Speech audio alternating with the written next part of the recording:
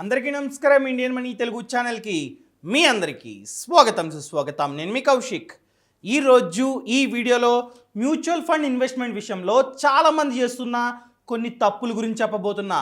So ఆ తప్పులేంటో తెలియాలంటే ఈ వీడియోని లాస్ట్ వరకు చూడండి. అంతేకాకుండా ఇంతవరకు మీరు మా ఛానల్ని సబ్స్క్రైబ్ చేసుకోకపోతే ఇప్పుడే సబ్స్క్రైబ్ చేసుకోండి. మ్యూచువల్ ఫండ్స్ దీని గురించి మీలో చాలామందికి తెలిసిందే. ఇది వన్ ఆఫ్ ద బెస్ట్ అయిన ఇన్వెస్ట్మెంట్ ఆప్షన్. కాకపోతే ఇది కాస్త రిస్కీ. మీరు చాలా అడ్వర్టైజ్మెంట్స్లో చూస్తుంటారు, mutual funds are subjected to the market risk అని. నిజం. సో మార్కెట్ అనేది మంచిగా పర్ఫామ్ చేస్తుంది అనుకోండి, పెరుగుతుంది, లాభాలు వస్తాయి.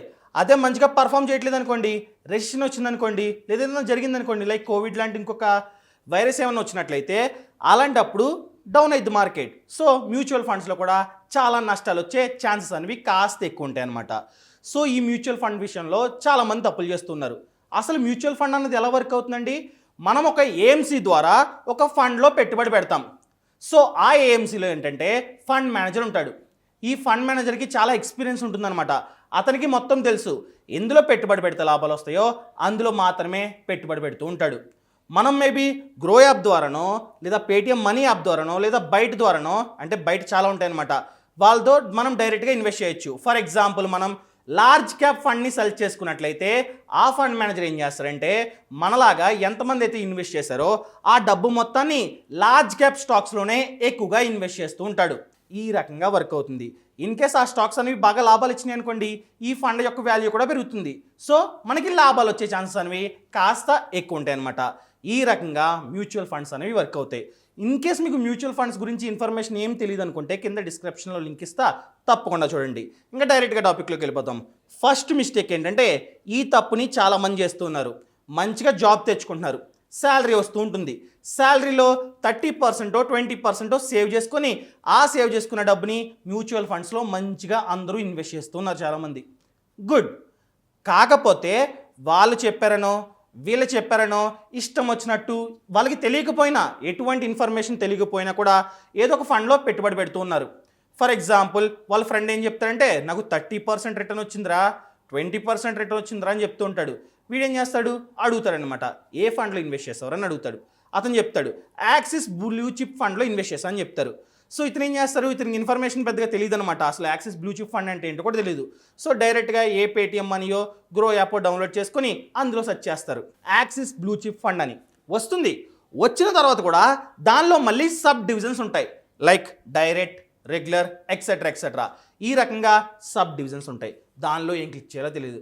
అసలు వాటి గురించి చాలామందికి తెలియదు. ఏదో ఒకటి అని చెప్పి క్లిక్ చేస్తారు. అలా క్లిక్ చేయకూడదు. ఇన్ కేస్ వాళ్ళు కనుక రెగ్యులర్ని క్లిక్ చేశారనుకోండి, ఎక్స్పెన్స్ రేషియో అన్నది కాస్త ఎక్కువ ఉంటుంది. ఎక్స్పెన్స్ రేషియో ఎక్కువ ఉంటుంది. ఎక్స్పెన్స్ రేషియో అంటే ఏంటి? కమిషన్. వాళ్ళకి కమిషన్ ఎక్కువ వెళ్తుంది. ఆ రకంగానే రిటర్న్స్ కూడా కాస్త తక్కువ ఉంటాయి అన్నమాట. నష్టపోతారు. అదే మీరు డైరెక్ట్ని సెలెక్ట్ చేసుకున్నారనుకోండి, ఎక్స్పెన్స్ రేషియో అనేది కాస్త తక్కువ ఉంటుంది. ఎంత ఉంటుందంటే 0.5%, 0.6% ఈ రేంజ్లో ఉంటుంది. అదే కనుక మీరు రెగ్యులర్ని సెలెక్ట్ చేసుకున్నట్లయితే ఎక్స్పెన్స్ రేషియో అన్నది 2%, 3% ఆ రేంజ్లో ఉంటుంది. డిఫరెన్స్ చూడండి. ఆ రకంగానే రిటర్న్స్లో కూడా చాలా తేడాలు వస్తాయి అన్నమాట. సో ఇది గమనించుకోవాలి. అదేవిధంగా గ్రోత్, డివిడెండ్ అని చెప్పి రెండు ఉంటాయి. గ్రోత్ని సెలెక్ట్ చేసుకున్నారనుకోండి ఇంక్రీజ్ అవుతూ ఉంటుంది అనేవి. అదే డివిడెండ్ని సెలెక్ట్ చేసుకున్నారనుకోండి చాలా తక్కువ లాభాలు వస్తాయి అనమాట. సో ఇవన్నీ చెక్ చేసుకున్న తర్వాతే ఇన్వెస్ట్ చేయడం చాలా చాలా మంచిది. వాళ్ళు ఏదో చెప్పారని చెప్పి ఇన్వెస్ట్ చేయకూడదు. నాలెడ్జ్ తెచ్చుకోవాలి. ఎలాంటి నాలెడ్జ్ అంటే ముందుగా ఫండ్ మేనేజర్ గురించి తెలుసుకోవాలి. అసలు ఫండ్ మేనేజర్కి ఎంత ఎక్స్పీరియన్స్ ఉంది, ఇతను ఇదివరకు దేంట్లో పనిచేశాడు, ఎన్నెన్ని లాభాలు తెప్పిస్తున్నాడు. అదేవిధంగా రిటర్న్స్ని కూడా చెక్ చేసుకోవాలి. ఈ ఫండ్ అన్నది లాస్ట్ 6 months నుంచి ఎంత రిటర్న్ ఇచ్చింది, లాస్ట్ 1 year నుండి ఎంత ఇచ్చింది, అదేవిధంగా లాస్ట్ 5 years నుండి ఎంత రిటర్న్ ఇచ్చింది, అది కూడా చెక్ చేసుకోవాలి. ముఖ్యంగా ఫండ్ మేనేజర్ ఎవరు, మరియు మనం ఎటువంటి ఏఎంసీలో ఇన్వెస్ట్ చేస్తున్నాం, ఆ ఏఎంసీ మంచిదా కాదా, ఆ ఏఎంసీకి కానీ ఆ ఫండ్కి కానీ క్రిసల్ వాళ్ళు కావచ్చు, వాల్యూ రీసెర్చ్ వాళ్ళు కావచ్చు ఎంత రేటింగ్ ఇచ్చారు, 5 star ఇచ్చారా, అదంతా చెక్ చేసుకోవాలి. అదేవిధంగా రిస్క్. మీరు చాలామంది అనుకుంటారు సార్ నాకు రిస్క్ వద్దు సార్, నాకు భయం, నాకు ఫర్ ఎగ్జాంపుల్ నేను 5 lakhs ఇన్వెస్ట్ చేశాను అనుకోండి, 1 లక్ష పోయింది అనుకోండి, నా వల్ల కాదు సార్, నేను చాలా డిప్రెషన్లో పెట్టేసుకుంటా, డిప్రెస్ అయిపోతా అని చెప్పారనుకోండి, అలాంటి వాళ్ళు ఈక్విటీ మ్యూచువల్ ఫండ్స్లో ఇన్వెస్ట్ చేయొద్దు. అలాంటి వాళ్ళు డెట్ మ్యూచువల్ ఫండ్స్లో ఇన్వెస్ట్ చేయండి. అదే సార్ మాకు రిస్క్ వచ్చినా పర్లా, ఎక్కడ రిస్క్ ఉందో అక్కడ ఎక్కువ రిటర్న్స్ వస్తుంది అనుకున్నారనుకోండి, ఈక్విటీ మ్యూచువల్ ఫండ్స్లో ఉన్నటువంటి లార్జ్ క్యాప్ స్టాక్స్లో ఎక్కువగా ఇన్వెస్ట్ చేసుకోండి.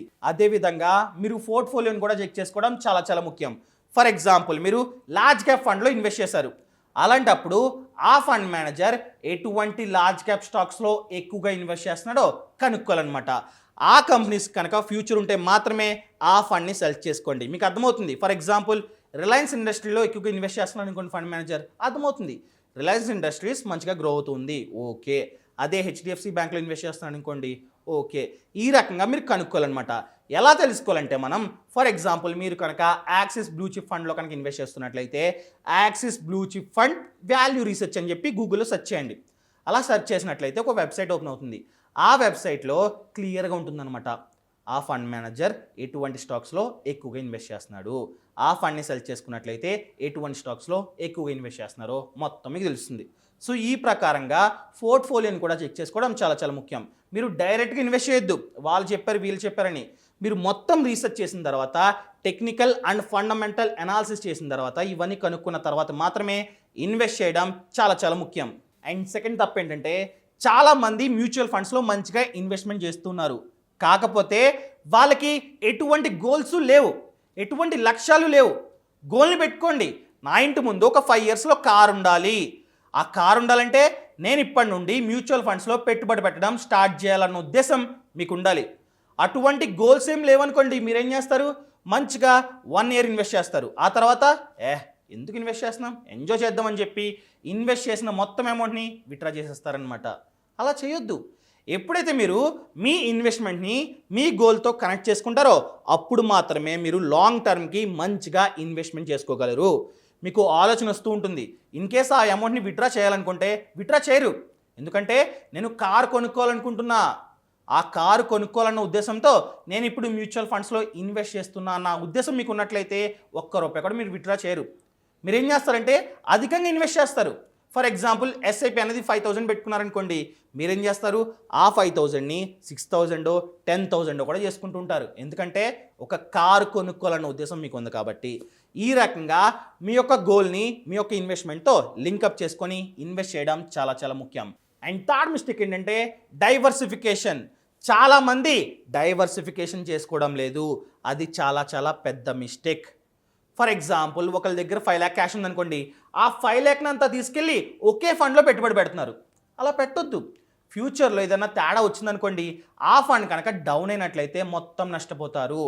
అదే మీరు డైవర్సిఫికేషన్ చేసుకున్నట్లయితే ఒక దాంట్లో లాస్ వచ్చినా ఇంకో దాంట్లో మంచి రిటర్న్స్ వస్తాయి కాబట్టి బ్యాలెన్స్ అయిపోద్ది అనమాట. సో మీరేం చేయాలంటే ఒక 3-4 ఫండ్స్ని సెలెక్ట్ చేసుకోండి. మంచి ఫండ్స్ని మాత్రమే సెలెక్ట్ చేసుకోండి. ఒకటి ఈక్విటీకి సంబంధించింది, ఒకటి డెట్కి సంబంధించింది, ఒకటి బ్యాలెన్స్ షీట్కి సంబంధించింది. ఈ రకంగా డైవర్సిఫై చేసుకొని దాంట్లో కొంచెం, దీంట్లో కొంచెం, దాంట్లో కొంచెం అని చెప్పి ఇన్వెస్ట్మెంట్ చేసుకోవాలి. ఫర్ ఎగ్జాంపుల్, మీరు ఈక్విటీ మ్యూచువల్ ఫండ్స్ని సెలెక్ట్ చేసుకున్నారంటే దానిలో మళ్ళీ డైవర్సిఫికేషన్ చేసుకోవాలి. కాస్త అమౌంట్ని వచ్చేసి లార్జ్ క్యాప్ ఫండ్స్, కాస్త అమౌంట్ని వచ్చేసి మిడ్ క్యాప్ ఫండ్స్, కాస్త అమౌంట్ని వచ్చేసి స్మాల్ క్యాప్ ఫండ్స్. ఈ రకంగా డైవర్సిఫికేషన్ చేసుకున్నట్లయితే ఫ్యూచర్లో ఏదైనా జరిగితే లాసెస్ వచ్చినా కూడా కాస్త బ్యాలెన్స్ అయ్యే ఛాన్స్ ఉంది. అదే మీరు ఒకే ఫండ్లో ఇన్వెస్ట్ చేశారనుకోండి, ఫ్యూచర్లో పొరపాటున ఆ ఫండ్ మేనేజర్ కనుక సరిగ్గా పర్ఫార్మెన్స్ చేయలేదనుకోండి, అలాంటప్పుడు మొత్తం నష్టపోతారు. అందుకని చెప్పే డైవర్సిఫికేషన్ చేసుకోవడం చాలా చాలా ముఖ్యం. అండ్ నెక్స్ట్ మిస్టేక్ ఏంటంటే, ఈ మధ్య కాలంలో చాలామంది షార్ట్ టర్మ్కి మాత్రం ఇన్వెస్ట్ చేస్తున్నారు, లాంగ్ టర్మ్కి ఇన్వెస్ట్ చేయట్లా. ఆ రకంగా మీరు లాంగ్ టర్మ్కి ఇన్వెస్ట్ చేయలేదనుకోండి, మంచి రిటర్న్స్ని అసలు ఎక్స్పెక్ట్ చేయొద్దు. మేబీ కావాలంటే లాసెస్ని ఎక్స్పెక్ట్ చేయండి. అందుకని చెప్పే మీరు లాంగ్ టర్మ్కి ఇన్వెస్ట్ చేయడం చాలా చాలా ముఖ్యం. కొంతమంది ఏకంగా 3 monthsకి, 6 monthsకి, 1 yearకి, 2 yearకి ఇన్వెస్ట్ చేస్తున్నారు. అలా చేయొద్దు.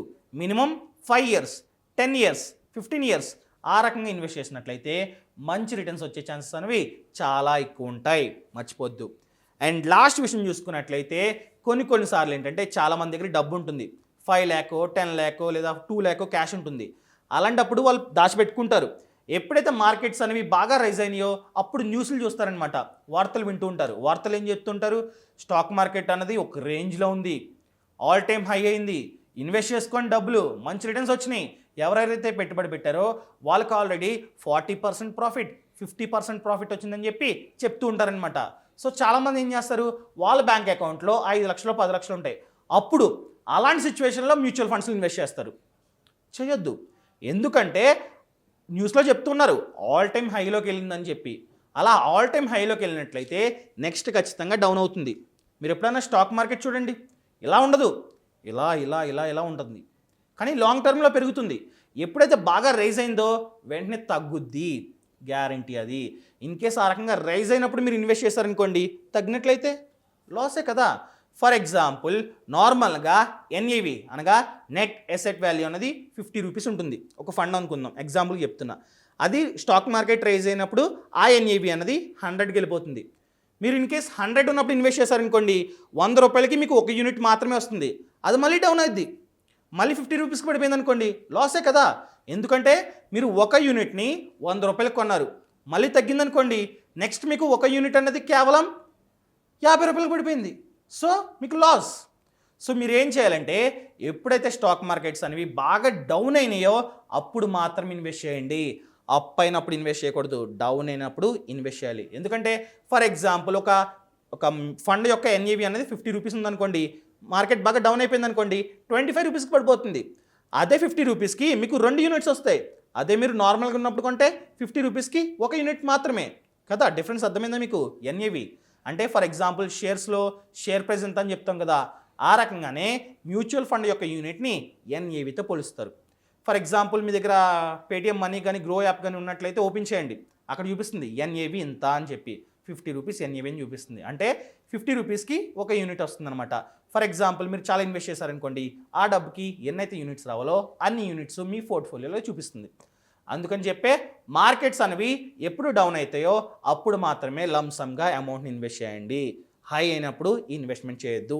చాలామంది ఈ రకంగా తప్పులు చేస్తున్నారు.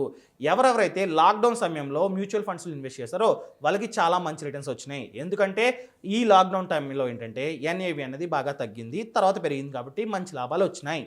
ఈ రకమైన తప్పులు ఎప్పుడూ చేయొద్దు. ఈ రకంగా మ్యూచువల్ ఫండ్స్ గురించి కానీ స్టాక్ మార్కెట్ గురించి కానీ దేని గురించి డౌట్ ఉన్నా కింద డిస్క్రిప్షన్లో ఒక లింక్ ఉంది. ఆ లింక్ని క్లిక్ చేసినట్లయితే ఫినాన్షియల్ ఫ్రీడమ్ యాప్ అన్నది డౌన్లోడ్ అవుతుందన్నమాట. ఈ ఫినాన్షియల్ ఫ్రీడమ్ యాప్లో 50 కన్నా ఎక్కువ కోర్సులు ఉన్నాయి. మ్యూచువల్ ఫండ్స్ గురించి ఉంది, స్టాక్ మార్కెట్ గురించి ఉంది, వేరియస్ ఇన్వెస్ట్మెంట్ ఆప్షన్స్ గురించి ఉన్నాయి, ఇన్సూరెన్స్ గురించి ఉంది, బిజినెస్ గురించి ఉంది, లోన్స్ గురించి ఉన్నాయి, ప్రతి ఒక్క దాని గురించి కోర్సులు ఉన్నాయి. ఇంకెందుకు ఆలస్యం, ఇప్పుడు యాప్ని డౌన్లోడ్ చేసుకోండి. ఇలాంటి మంచి మంచి వీడియోలతో రేపు మీ ముందుకు వస్తా. అంతవరకు సెలవు. ఇట్లు మీ Kaushik. Thank you so much. Thanks for watching.